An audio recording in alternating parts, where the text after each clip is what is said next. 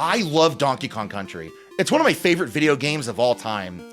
I'm playing Donkey Kong Country right now. Yeah, I'm a bit of a connoisseur. When it came out back in 1994, it was revolutionary at the time for the process with which it was made. Objects and characters were made and animated and then rendered in a 3D software on these special PCs called Silicon Graphic Workstations. They turned those 3D models into 2D sprites, and that's why DKC looks the way it does. It was really cool. Sure, to some these visuals might look a little dated now, but they really hold a special place in my heart. Millions of people also felt the same way that I did because Donkey Kong Country was actually the third best-selling game on the video game console it came out on, the Super Nintendo. It sold over 9 million copies. It became pretty popular, making Donkey Kong a household name. So it makes sense that they would try to capitalize on it, right? By making a TV show, they should make it 3D like the games, right? Wrong!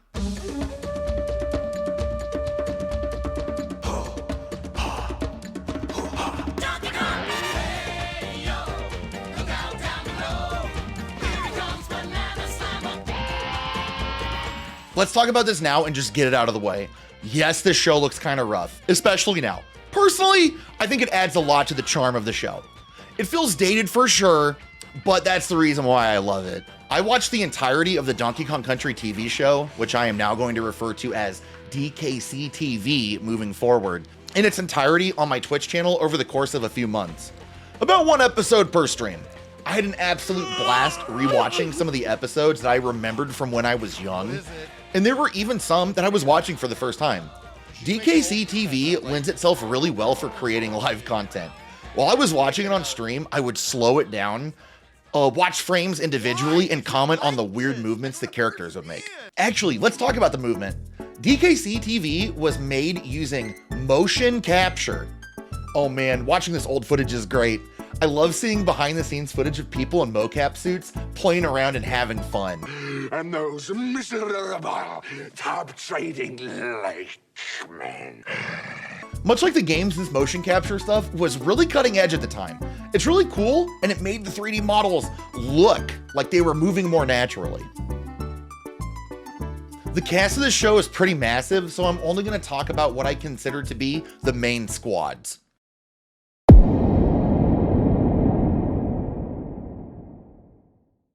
If you're familiar with the games, the majority of the main cast should be super familiar to you. There's Cranky Kong, who's the cranky monkey elder of the island. He's kind of like the lore master.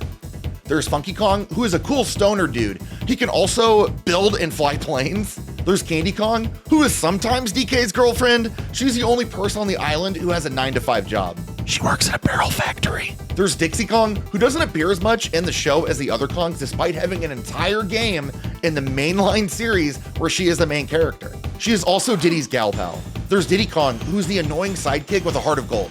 He's also Donkey Kong's little buddy. Then there's Donkey Kong, the big guy. They make him kind of like a dummy, for lack of a better word. He's super strong, but he's kind of oblivious to all the things that are going on around him. He's the future ruler of Congo Bongo, which is the name of the island they all live on. Also, honorable mention goes to Bluster. He shows up a lot in this show, but I don't know if I would consider him to be a main character necessarily. He is a narcissist who was born into a fortune and inherited a barrel factory. Barrels are important in the video game, so they have to explain the barrels in the show, which means he runs a monopoly on the island. He is constantly harassing his only employee, he builds a bunch of rockets that all explode, and he is probably responsible for the terrible minecart system that runs throughout the island. Also, he has an alternate persona within him called Leo Luster that he unlocks after drinking a love potion that he brewed himself. Man, that's a lot. I don't like Bluster, but I like seeing Bluster make blusters, so it all kind of works itself out in the end.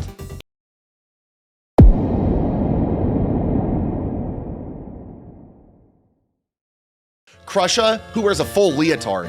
He is a dummy, but I think he's funny. There's Clump, the wholesome main villain sidekick.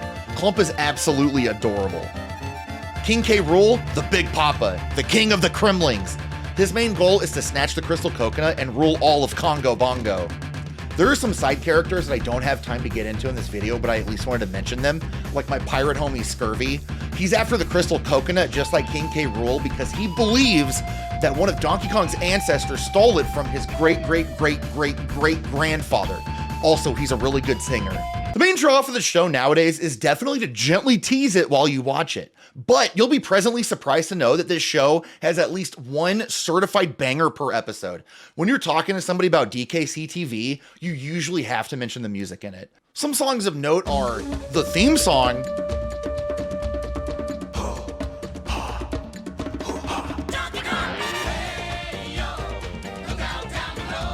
Pirate Scorn,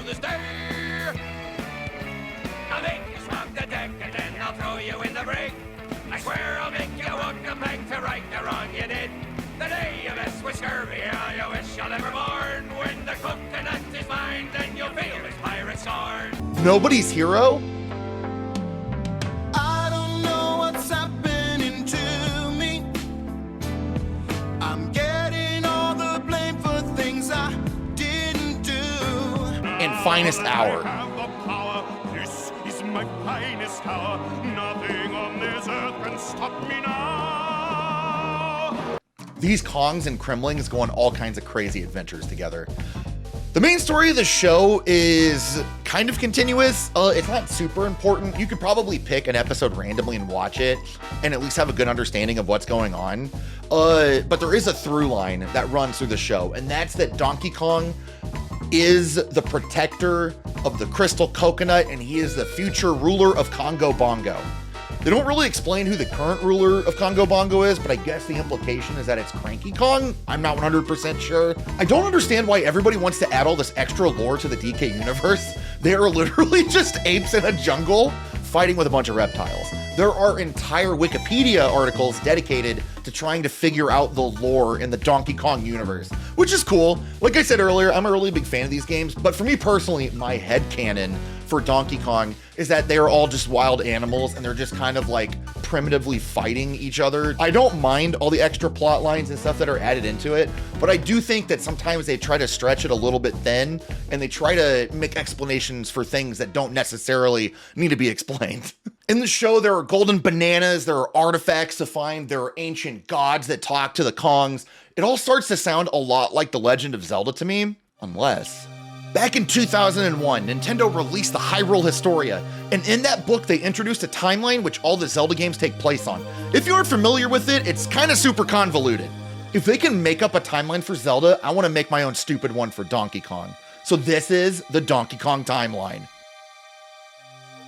The Donkey Kong timeline starts with Donkey Kong Country 1, 2, and 3. The television show definitely takes place during these games. It's just that the stories that take place in the show aren't mentioned in the games. After Donkey Kong Country 3, this transitions into Donkey Kong 64, which is the last time in the timeline that Donkey Kong and his friends take on the Kremlings. K. Rool comes back, and Donkey Kong ends up defeating him at the end of the game in a boxing match, which leads directly into the events of Donkey Kong Country Returns. Since K. Rool has been defeated, Country Returns and Tropical Freeze have new enemies that Donkey Kong has to fight. In Donkey Kong Country, Tropical Freeze is the one where the deviation in the timeline happens, just like the Legend of Zelda timeline deviation. If you're unfamiliar with Donkey Kong Country Tropical Freeze's story, a bunch of Arctic invaders come to the land of Congo Bongo or Donkey Kong Island or whatever you call it now, and they freeze the island over, and it makes it impossible for Donkey Kong and his friends to be able to live there comfortably. So Donkey Kong goes on an adventure to take back the island, and this is where the deviation happens. Either Donkey Kong can succeed or Donkey Kong can fail. If Donkey Kong succeeds, then he continues to exist on his island in that timeline, respectively. It's as if no time has passed in between the end of Tropical Freeze straight into games like Donkey Kong Jungle Beat and Donkey Kong Barrel Blast, which take place back in the past. But if Donkey Kong fails in Tropical Freeze, him and all of his friends are frozen in blocks of ice and then are thawed out and awoken in the distant future, where games like Donkey Kong and Mario Kart Double Dash and Mario Party can take place. Man, that was a mouthful. There are actually 2 seasons of this show, but the first one is the one you're probably most familiar with. The second season is, Sure.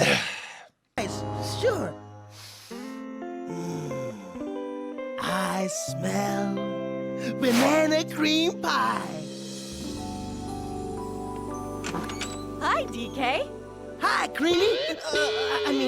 Candy. I thought you'd be on the beach setting up the fireworks display. You know how much I love your banana cream pies. It looks different. The charm of the first season isn't really there. The characters move much more robust, and the funny mocap body movements are all gone. While we're watching a couple of episodes of season 2 for the show, I found myself wanting to skip through certain parts just to speed things along. If you're going to check out the DKC TV show, I recommend sticking with season 1. Even if you're not a huge fan of the show like I am, I think we can all agree that this game here is pretty special. And I know I'm looking forward to the next time I get to play it. Thank you so much for watching. I've been having a lot of fun revisiting some of these old shows that I used to watch for YouTube, and I'm really looking forward to the next couple of videos that I have in the pipeline. If you are interested in checking any of those out, I have a couple of links here that you can watch some of my old stuff. And if you're interested in interacting with me outside of YouTube, I do have a Twitch channel that you can stop in. So make sure you subscribe, give that like button a big old banana slammer, and maybe leave a comment and tell me what you think of the Donkey Kong Country TV show.